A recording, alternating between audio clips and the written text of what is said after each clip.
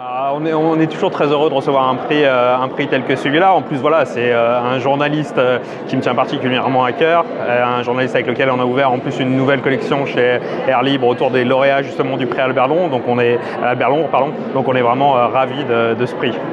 Henri Turenne, ça a toujours été un journaliste qui était un peu en avance sur son temps. C'est quelqu'un qui est passé de la presse écrite à l'audiovisuel, qui a vraiment traversé la seconde moitié du XXe siècle. Et du coup, voilà, on a eu l'énorme chance aussi que la famille de Turenne nous confie les archives d'Henri, qui n'avaient jamais été publiées. Donc ça permettait à la fois d'avoir justement les articles qui ont paru au Figaro, qui étaient vraiment l'ADN du livre, et en même temps les archives où il racontait ses premiers pas de journaliste. Parce que ce qui nous intéressait justement, c'est que c'était la première fois où il découvrait la guerre. Donc on voulait se mettre avec lui dans ses pas quand il a peur, quand il rit, quand il faut aussi à un moment ramener la dépouille d'un de ses camarades journalistes qui est décédé. Voilà, on avait envie vraiment d'incarner très fortement le journaliste pour emmener le lecteur avec nous dans cette guerre de Corée qui est un petit peu oubliée et pas forcément très connue en France.